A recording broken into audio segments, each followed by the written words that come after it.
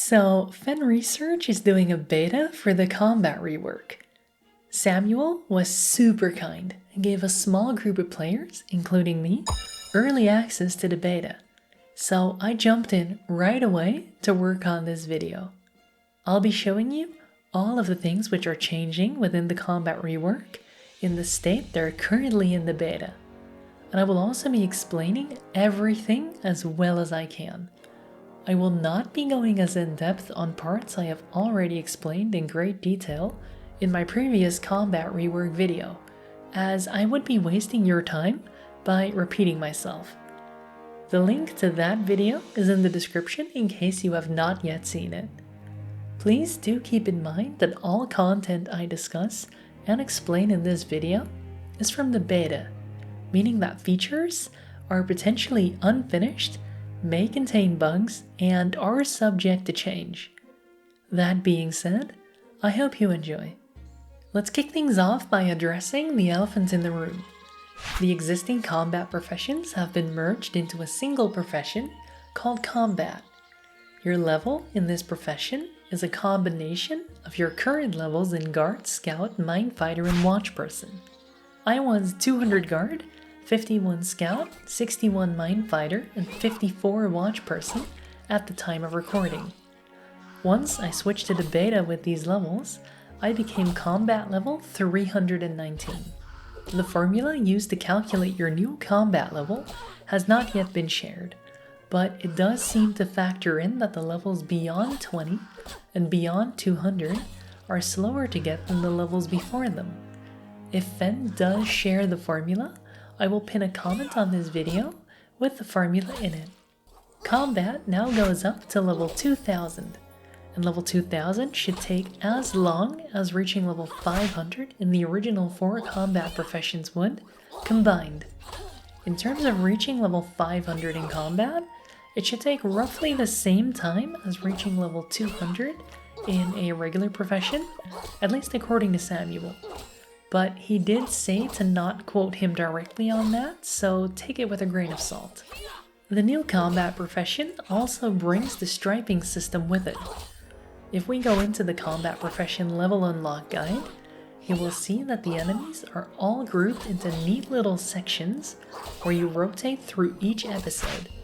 Keep in mind that the levels for enemies you see in the video might be different for you, as striping is personalized. If you want to know more about this, I explained it in depth in my previous video on the Combat Rework. Anyhow, the merge of the combat professions has some major ramifications for other aspects of the game, especially equipment. Episodic combat equipment is no more. You can now use all of your equipment across every episode in the game. So if you have a favorite epic tier weapon or armor piece you really enjoy using, you can now use it everywhere. Of course, equipment still has a level tied to it, which influences its stats, so you might not get away with using your recruit sword against high level enemies. But at least you will now only need one set of equipment for all episodes. The levels of your existing equipment has been increased to be in line with your new combat level. The formula for this is on screen. If you want a brief explanation of how this works, check out my previous video on the Combat Rework. One slightly sad thing about your existing equipment is the level brackets for the appearance of equipment seem to have changed a lot. Whereas your equipment used to change appearance every 50 levels, it now seems to change appearance at different points. I was able to test and validate that the second tier now starts at level 150, but I wasn't able to test beyond that.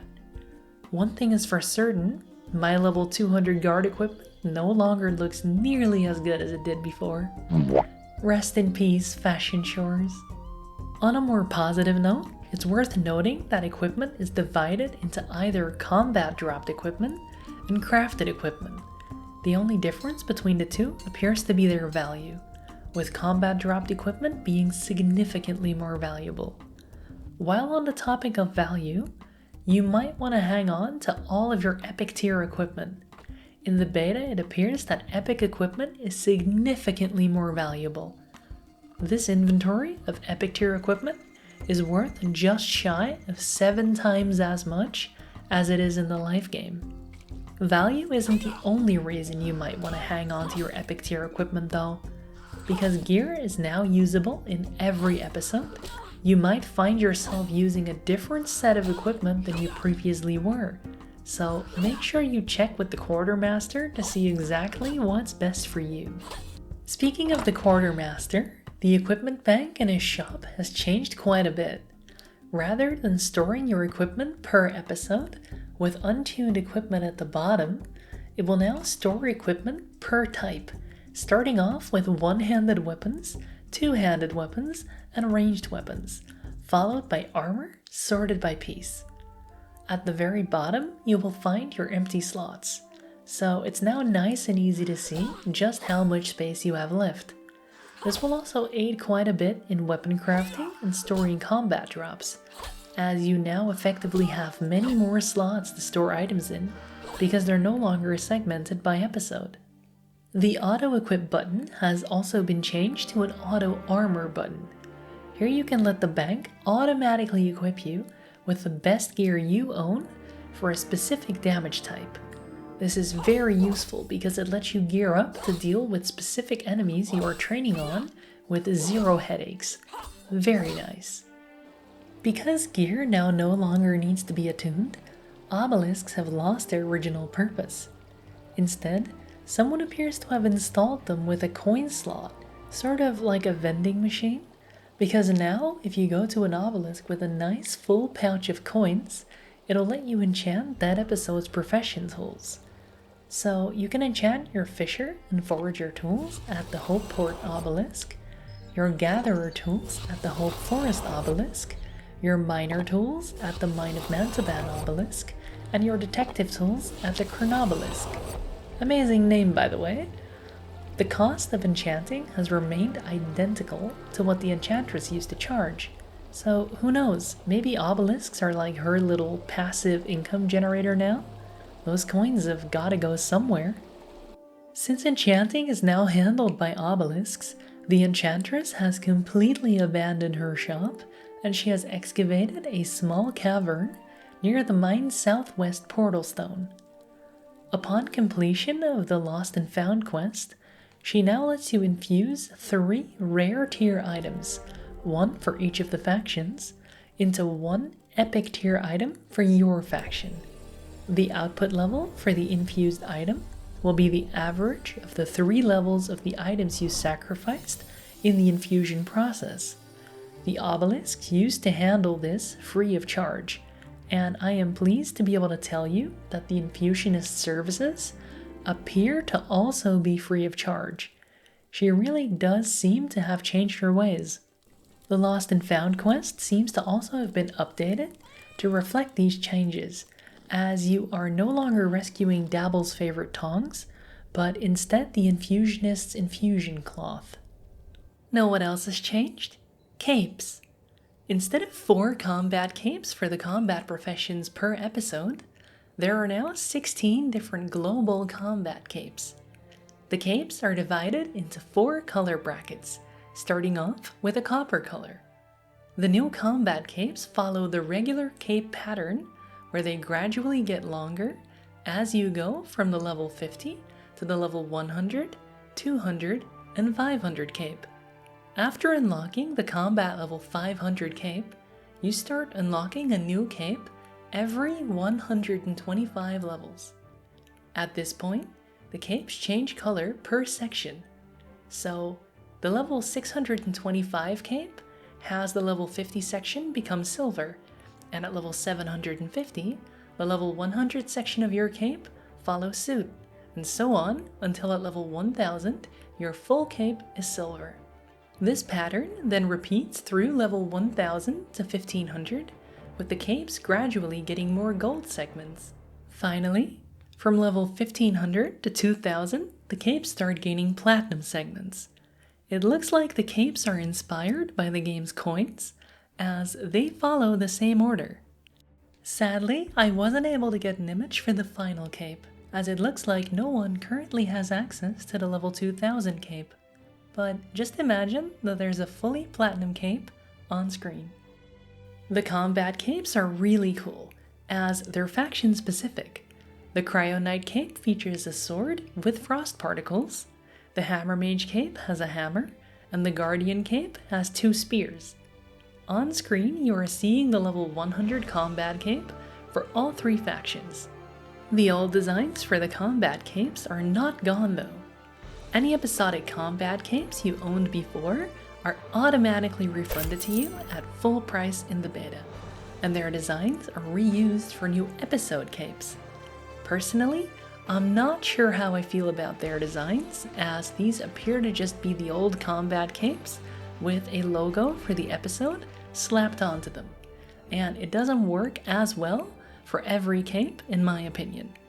Either way, I'm glad the designs have not gone to waste.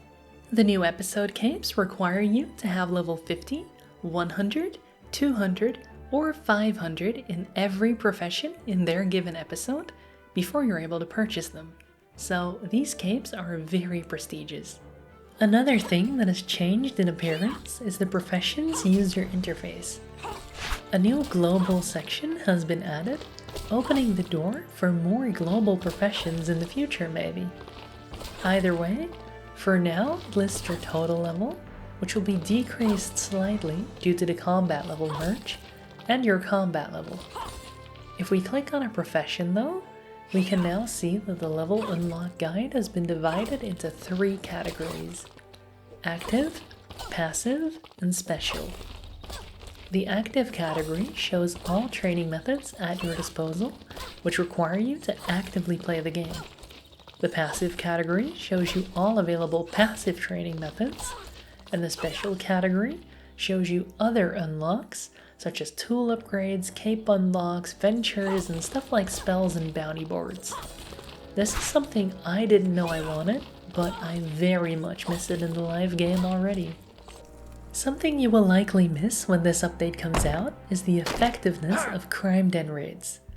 Currently, they are a highly effective way to train your detective and watch person professions at the same time. This is why so many people who have a high detective level also have a similarly high watch person level. But because of the way crime den raids calculate the combat levels for enemies in the dens in the beta, that being the level of the lowest enemy in Chronopolis plus the level of the den raid, chances are fairly high that in the beta your combat level will be much higher than the level of the enemies in the crime dens. This means that not only will they be worth very little experience, they will also suffer from the easy battle XP penalty to boot. This makes it so that crime den raids are still a great way to train detective, but they will likely no longer be nearly as effective for training combat, even on a fresh character, as you would need to avoid combat as much as possible in all other episodes to be able to synchronize your combat effectively with your detective profession. Next, I want to go over some of the smaller changes in the beta. These aren't super complex, but they are definitely worth mentioning and knowing about. First up, the weapon crafting professions in the Mine of Mantaban have been changed as to allow you to craft weaponry with a level equal to your level in the crafting profession you're using, multiplied by 5.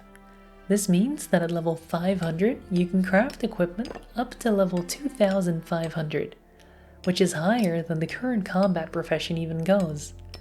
This is done so that when Stonemaw Hill gets added to the game, the 500 combat levels it will add are already accounted for. Certain potion reagents, which are only dropped in combat, have changed.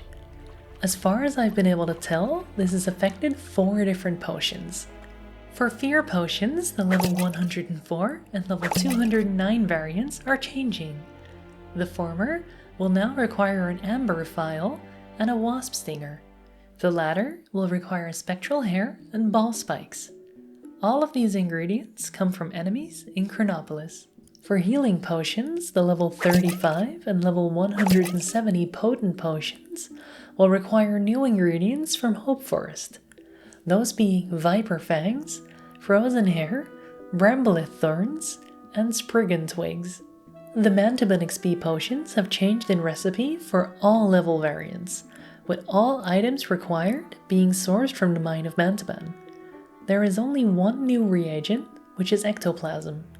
Finally, the passive Mantiban XP potions recipes have also changed for all level variants, requiring all new ingredients except for Beastman Claws and Bat Wings.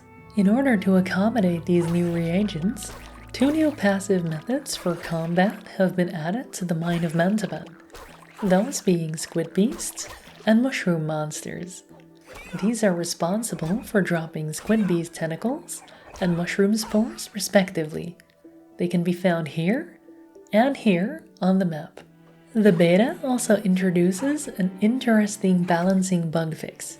Apparently, two-handed weapons were designed such that they would award you better XP per hour as you deal more damage and thus kill enemies quicker with them, while putting you at the risk of taking more damage yourself as well. But apparently, even right now in the live game, they don't actually decrease your defensive rating properly. This has been fixed in the beta and means that you will need to drink more healing potions if you're using two-handed weapons.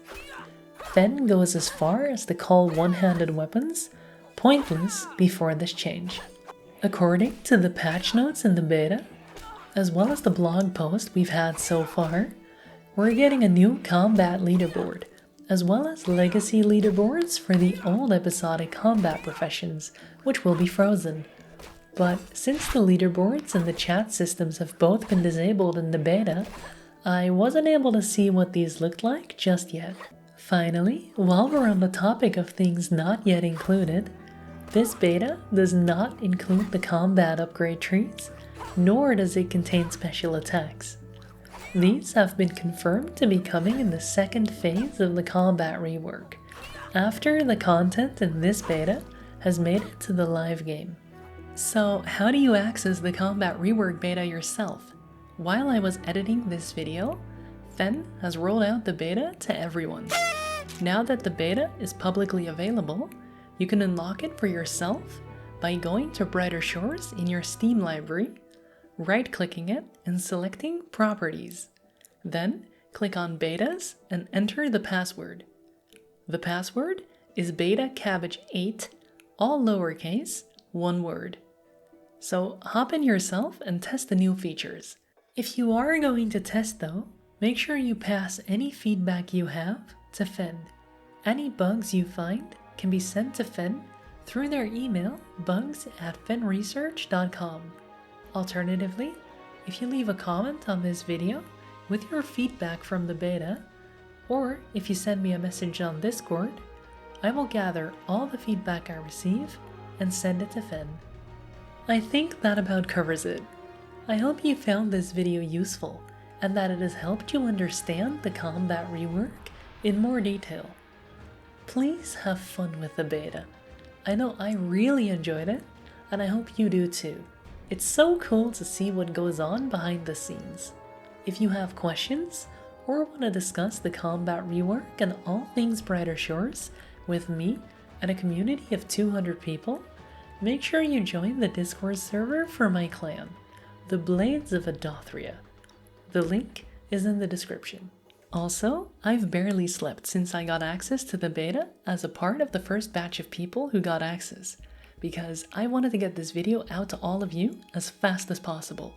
So it would really mean a lot if you could give the video a like if you enjoyed it. If you also want to be notified for my next upload, make sure you subscribe to the channel and hit the bell icon. That way, you don't miss anything. That being said, I want to quickly thank Fen Research and specifically Samuel for allowing us to access the beta slightly early. Thank you so much for watching, and see you in Adothria. Bye!